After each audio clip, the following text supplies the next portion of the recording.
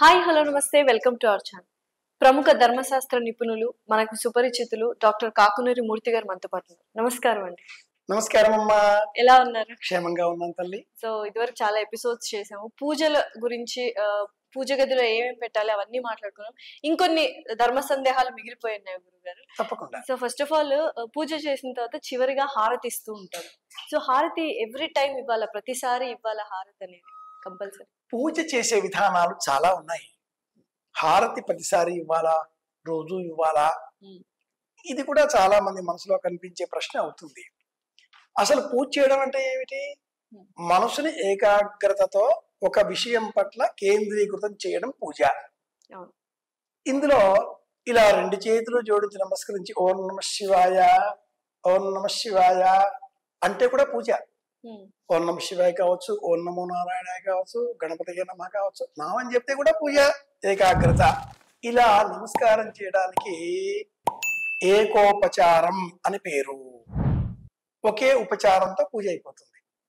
అంతే అంతే, పూజ అయిపోయింది. రెండవది పంచోపచారం, 5 ఉపచారాలతో. లం పృథ్వీ తత్వాత్మనే గంధం పరికల్పయామి. అంతటా ఉండే పరమేశ్వరుడికి మనం గంధం ఏం పెడతాం?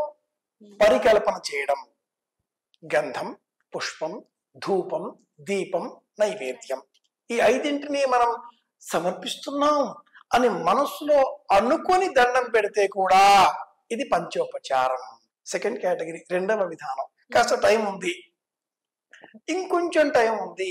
ఆలయాలలో షోడశ ఉపచారాలు, 16 ఉపచారాలతో పూజ చేస్తూ ఉంటారు. ఇందులో హారతి ఒకటి వస్తుంది. 13వది నైవేద్యం, 14వది మంత్రపుష్పం, 15వది కర్పూర మంగళ నీరాజన దీపం, 16వది నమస్కారం.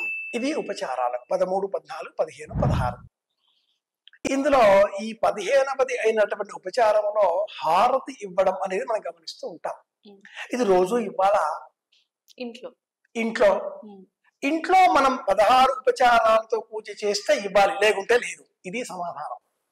ఆవాహయామి, పాదయో పాద్యం, హస్తయో అర్ఘ్యం, ముఖే ఆచమనీయం, పంచామృత స్నానం, శుద్ధోదక స్నానం, గంధాన్ ధారయామి, అక్షతాం సమర్పయామి, పుష్పాన్ని సమర్పయామి, ధూపమాఘ్రాపయామి. ఇలా చెబుతూ 16 ఉపచారాలతో పూజ చేస్తే మాత్రమే రోజు హారతి ఇవ్వాలి, లేకుంటే ఇచ్చే అవసరం లేదు. ఏకోపచారం నమస్కారం, పంచోపచారం గంధం, పుష్పం, ధూపం, దీపం, నైవేద్యం, షోడశ ఉపచారాలు ఆవాహయామి ప్రదక్షిణ వరకు. ఇవి కాకుండా 27 ఉపచారములతో, 32 ఉపచారములతో, ఇంకా ఇంకా మహాపూజ అన్న పేరు కూడా ఒకటి ఉంది అమ్మాయి.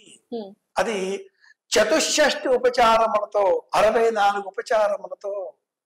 లలిత సహస్రనామావళిలో ఓ నామం ఉంది, చతుషష్ఠి ఉపచారాధ్యాయే నమో నమః. 64. అందులో వాద్యం వినిపించడం, నృత్యం సమర్పించడం, వింజామరణతో బీచడం, ఇవన్నీ చేస్తూ ఉంటాం. అనేక రకములుగా మంత్రములను వినిపించడం, రకరకాల రాజోపచారములు, ఇవన్నీ 64. రోజువారీగా మనం చేసే పూజలో హారతి ఇచ్చే అవసరం లేదు. అయితే నైవేద్యం మట్టుకు రోజు తప్పనిసరిగా పెట్టాలి. శుభమస్తు. శుభమస్తు గురువు గారు.